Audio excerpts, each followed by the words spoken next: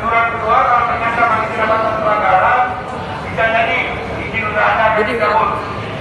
Warung makan akan ditutup. Ini lagi diadakan rapid test di Ali Kupi Lampase. Kita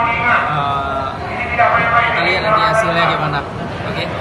Paling penting kalau saudara kita yang terpapar, tidak ada yang bisa melihat, tidak bisa kita merawat, tidak bisa kita menyebut sampai meninggal, tidak bisa kita menguburkannya. Bagaimana dirinya? Maka oleh karena demikian, mari sama-sama kita menjaganya, mencegahnya, karena mencegah itu membawa kepada berobat.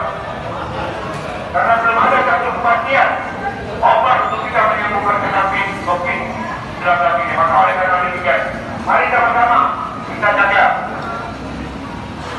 Sebelum terpapar, mudah-mudahan hati hati Allah, jaga Allah pelihara kita, karena hati bumi yang mulia.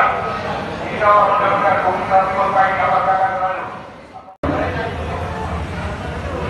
Corona aja, corona. Iya.